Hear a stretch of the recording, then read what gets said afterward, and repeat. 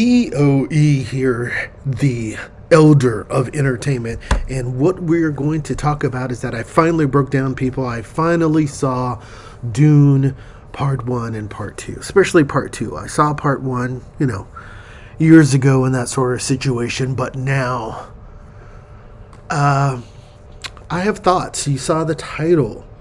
Dune Part 1 and Part 2 is Desert Dung compared to the Dune of 1984. As you could tell, I did not enjoy either one of these. And I had high hopes. So let me preface this by saying I realize this is the more correct version of Dune than this.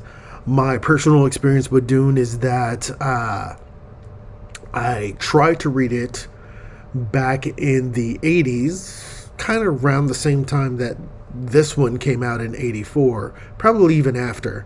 I would say the year that it came out, I did not see it. But anyway, because I was in high school, or was I in junior high? No, high school. I was in high school in 84. Anyway, tried to read the book. It is a cerebral, really, I would say, difficult read, especially for a high schooler, and yes, unless you're really just on point and wanting to absorb that. But at the time, God bless you if you can finish all those books and that sort of thing. It was just a little much for me. Anyway, saw this Dune and I'm like, what the hell am I watching? It is weird, bizarre, very gothic in a way. And then when what I was told from people who've read the book and everything, they hated it. A lot of people hate it. People still hate it to this day. I would say I was neutral. I didn't hate it, but I definitely said that is a weird freaking movie. And I will say this version versus these are not the same, as far as temperament. I know, because this is done by David Lynch, who is known for weird movies. So I'm going to say this. If you've never seen this, or, curious, it is weird. It is disturbing, much more than this. And I would say this is for PG-13, PG, this is like a Fisher-Price kind of mentality, where this is more rated R and cerebral and, but then also too very over the top and very just, I would say even dynamic, much more than this. So, I tried, people.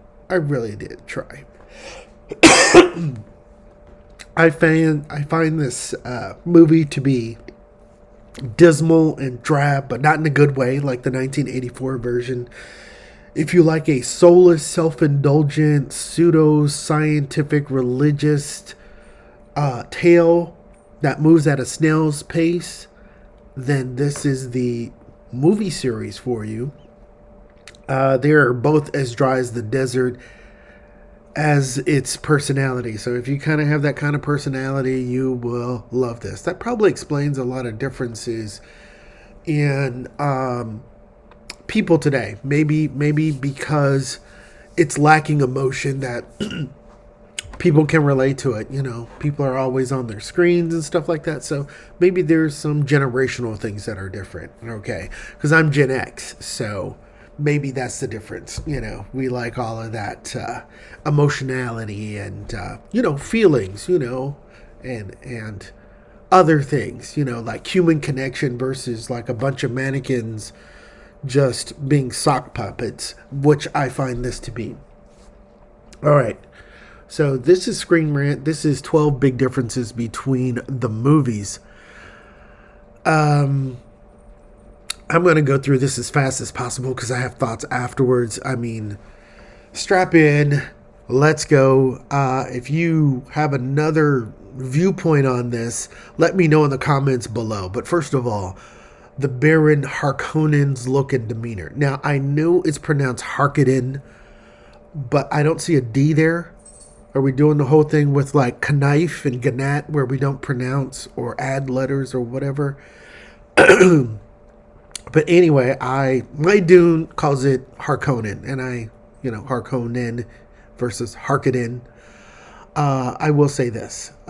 This guy was not impressive at all. I expect him to be cunning and more diabolical, but it didn't seem that way. I mean, both movies are a snooze fest. You know, if you can't sleep, put it on and you will fall asleep within 30 minutes, hopefully, maybe 45 minutes. This Baron Harkonnen is disgusting. He is nasty, but you can't take your eyes off of him. And he's much more cartoon villainy in a way. I know, you know, some people like the seriousness of the Dune books, and I get that. But for the movie, this disgusting that, oh god, he's much more scary too, because he's just so sick and twisted, much more so than this guy. I mean, the only thing that was probably disgusting is I believe he's taken a manure or feces bath right here, I guess. Anyway, let's move on. The Emperor isn't included. This is the Emperor of the known universe, the entire universe in the Dune series. And he looks like an Emperor. Look at all the gold, look at all the opulence. It is amazing. And we get Christopher Walken in the last, the last, 2 hours of Dune. I'm exaggerating because both Dune movies seems like they're both like 4 hours long. So, I don't know. It's him or Christopher Walken in his bath clothes or whatever. The sandworms look different. Yes. These are a lot smaller. There's Paul and I guess that's Stilgar or whatever. And these are not as aerodynamic. And it just seems like, I don't know if that's teeth. I don't know what that is. But these have sharp teeth. And look how small they are. There's Paul and Stilgar up there riding a worm. There's a scene in the 1984 where you see hundreds of Fremen running on the side of this worm like that and has to climb up versus, you know, relative size to that. Yeah, they even said it right here. In Lynch's adaptation, the sandworm's mouth opened up, looked like flower petals filled with sharp teeth. Yes, very vicious. Much more scary than those sandworms. The weirding way isn't included. Lynch embraces the unique Bene Gesserit technique. Now, this is freaking awesome. Not going to talk about it here, but let's just say that when the Fremen got this power, this unique type of gun or way, it was over for the Emperor and as well as the Harkonnens. And for those of you who've seen the 1984 version, you know especially when Kyle MacLachlan explains what it actually does. And I'm not going to go to it now because that's a whole nother segment. I mean, the Fremen of 1984 would murder, would destroy, will annihilation, will send them to the abyss of oblivion of the Dune of, was it 20? I'll just say the Dune of 2000s, the new Dune. They would not last. They have no power. This, my friends, is power. Besides, Paul Atreides is way more powerful. Now, here is the most unique thing of all, people. Dune had a constant inner monologue. No other movie has done this to this day. This is why this movie will stand out. Because what I just saw is just a movie. Yes, it's got some nice scenes, but I've seen nice scenes in other movies and sets and stuff like that. But truly, this is 100% unique. Nobody has ever done it. And at first, it's not for everybody. At first, I was like, what is going on? All this, exposition. But it works. It really does work and explains so much.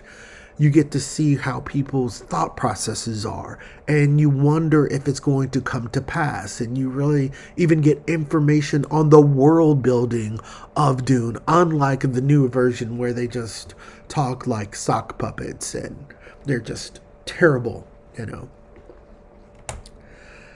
Whew. let's go on to number 7. Jessica is more prominent in 2021. I would say even Lady Jessica, who is pretty gorgeous, by the way. I really love her look there. She looks like a lady, looks like a princess. Versus, what's her name? Rebecca Ferguson. She was fine, but, I guess. To me, she had a significant role, man. Let me just throw this out here too. Let me find it because I have a picture I want to show. Here we go. There's Lady Jessica, back in 1984. I think she's pretty pretty gorgeous. I had a little crush on her back in the day as an older woman, and just the hair. And if you see her in that stilt suit, woo, yeah, yeah. So we're gonna close that and go back to the differences. So, Lady Jessica, number 6, Fade, Rafa, Alia. Alia is born in the 1984 version.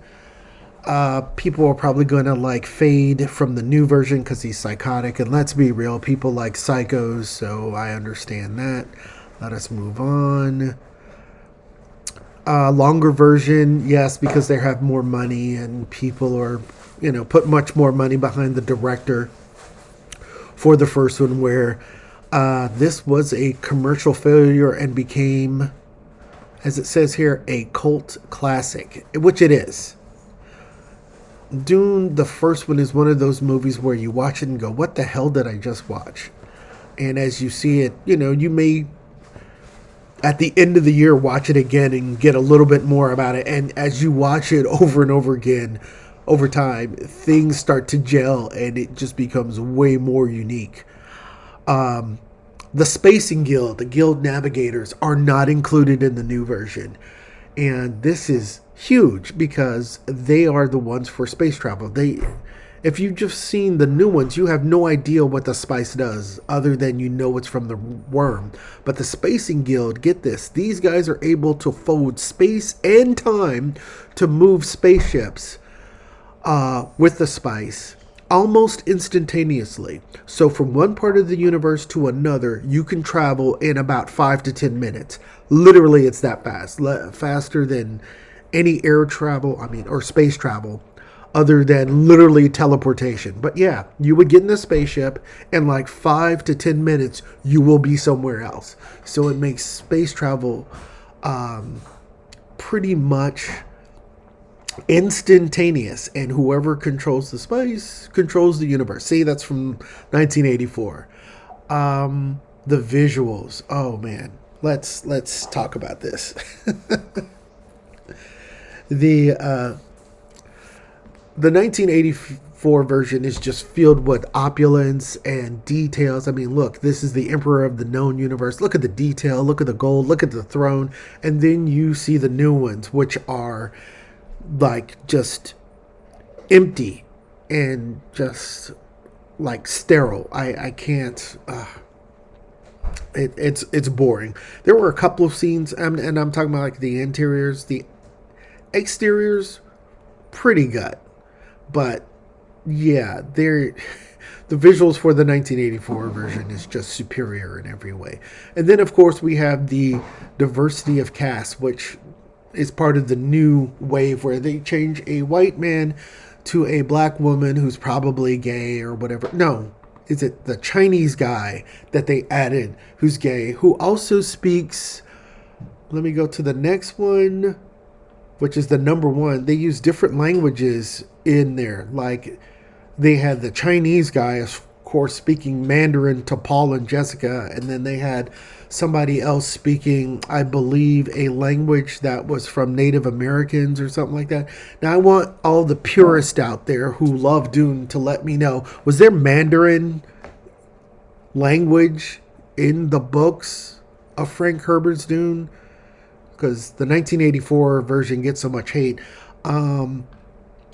Lynch just went with English. He didn't want to deal with another layer because it's already a super complicated story.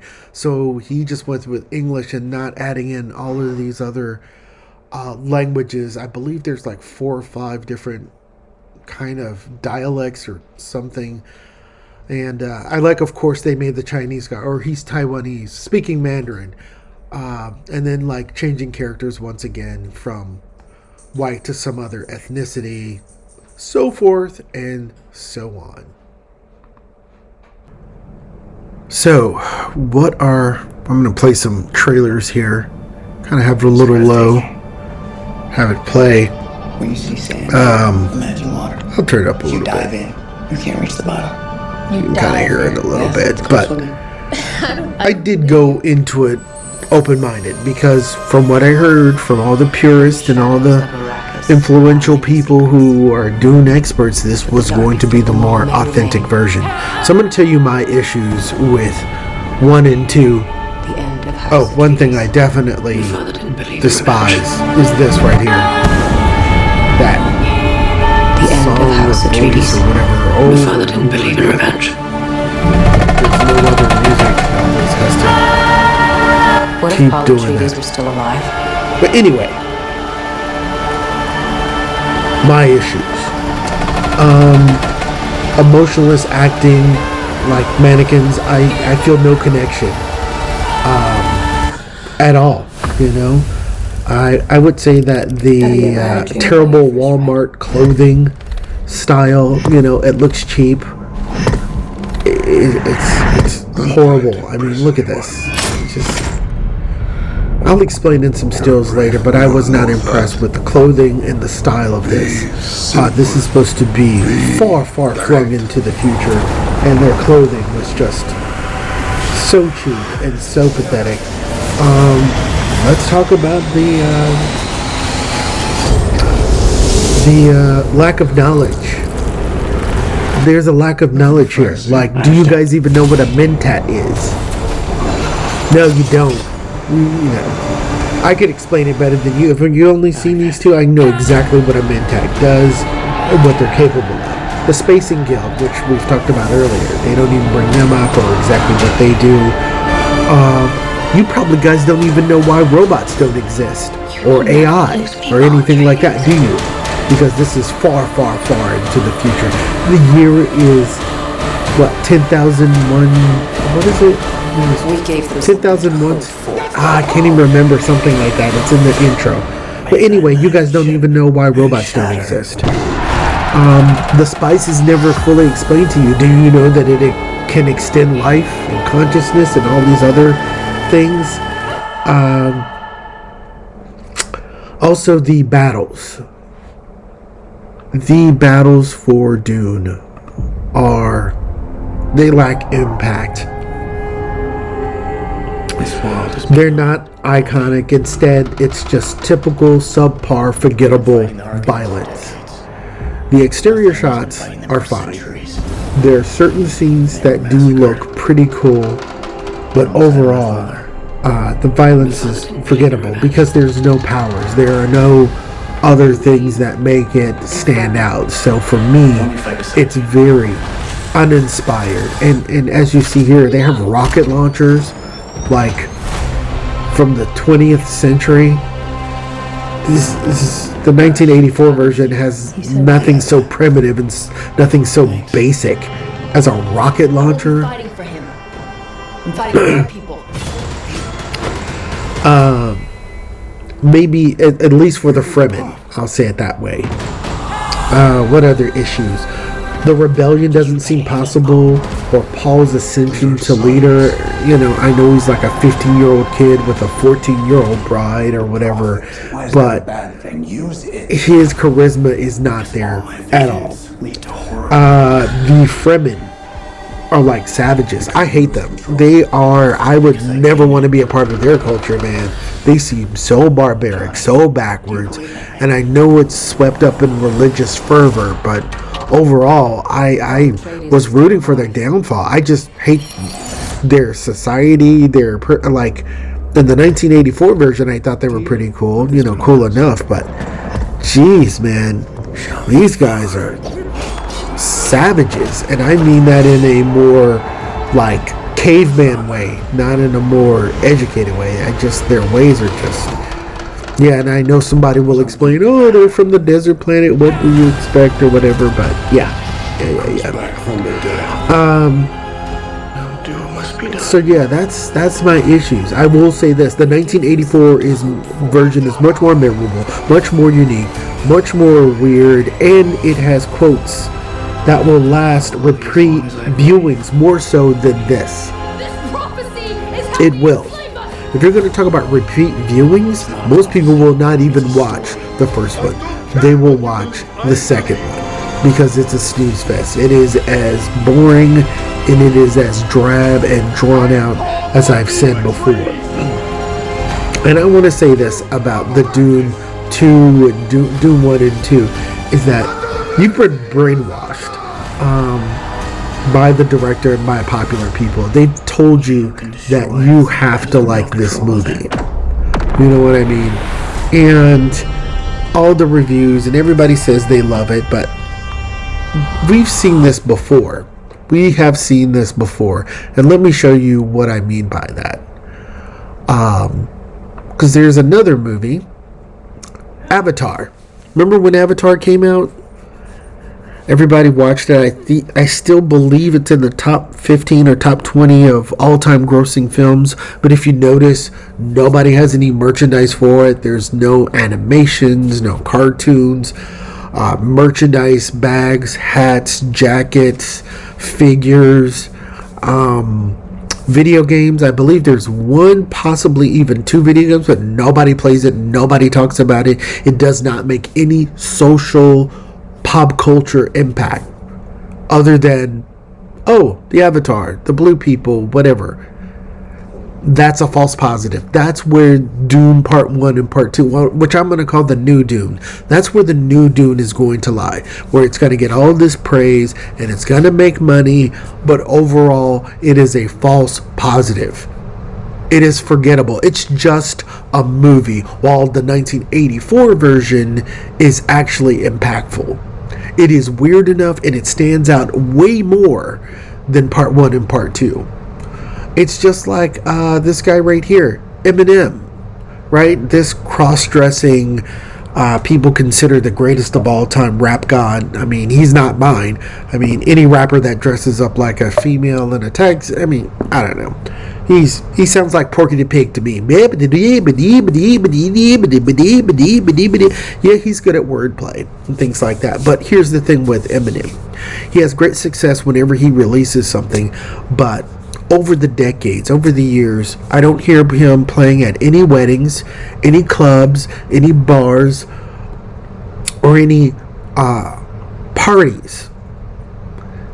Even when I go overseas, nobody plays Eminem except when he releases something. Then he fades away into obscurity. Yes, he's made his millions. He's vastly successful. I think he's a gimmick. He does have true talent, but what I'm trying to say is nobody plays his music to dance to vibe. I've been with all types of people from India, Japan, white, and when they play music, they do not play Eminem in their car. They do not play Eminem when they're relaxing or just wanting to vibe out. They do not play Eminem. The girls do not go out and dance on the dance floor or whatever to Eminem. Other rap songs are over that. So once again, he falls under the Avatar, and now he falls under Dune, as in you're successful, you're going to make a lot of money, you're going to get regular, but it's a false positive. You've been set up that way. You know what I mean? And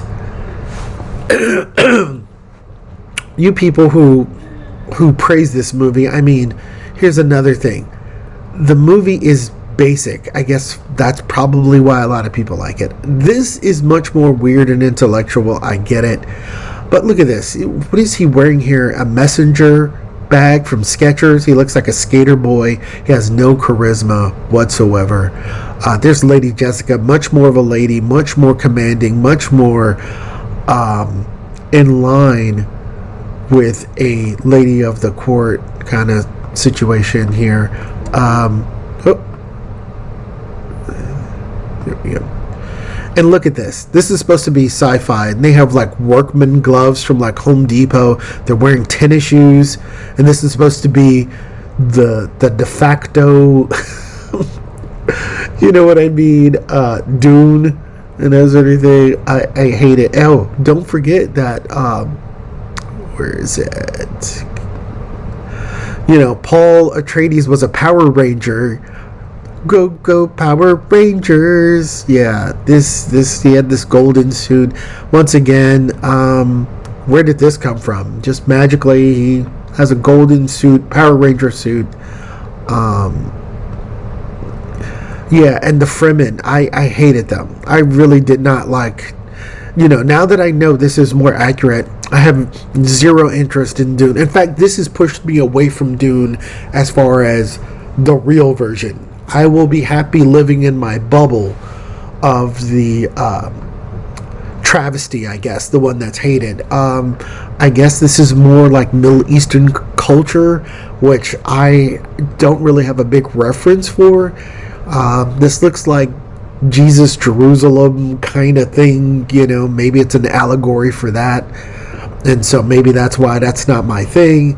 And doesn't when I see this, I don't see sci-fi. I don't see Star Wars, Star Trek, like it competes with those, as well as like Serenity and other sci-fi franchises that are out there. You know, it's just not. You know, look at this armor. You know, this looks like it could be from Halo, from Mass Effect, from a video game. And I mean, look at that. There's the gloves I was telling you about. And look at this mask. Where'd they go? To Walmart, to Dollar Tree to get some of this? And he just has a head wrapping. I mean, you have the technology to make these suits, but you can't make a head wrap. I don't know. I don't get it. And this is the princess who looks like a maid. What are you? You went to Hobby Lobby and just threw this on her head? You know? Went to the Dollar Tree, the Hobby Lobby, like, here, put this on. It looks cheap. It looks pathetic. You know? The 1984 version, where is she? Virginia Madison. I have to zoom in here.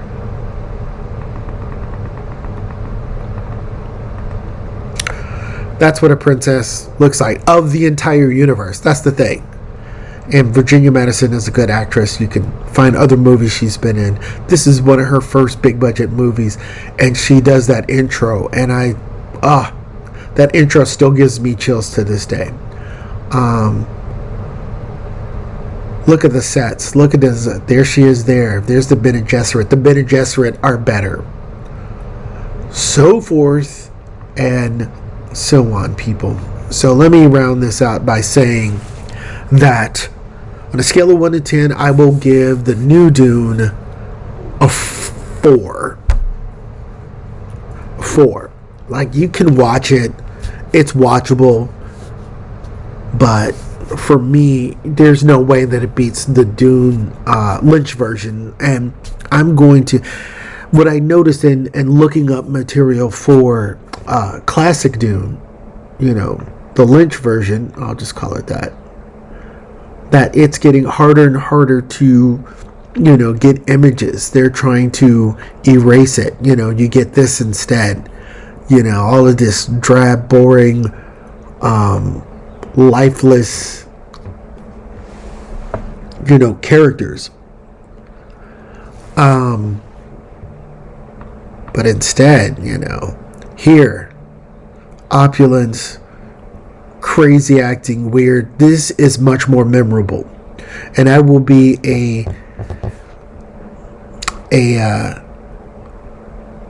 bearer standard to, you know, keeping this movie alive, as far as letting people know that this is the superior version. It's got better quotes, it's got better style. I mean, there's Lady Jessica there, and this one, like I said, she just got like a head wrapping that she got from the grocery store and just put it over her head.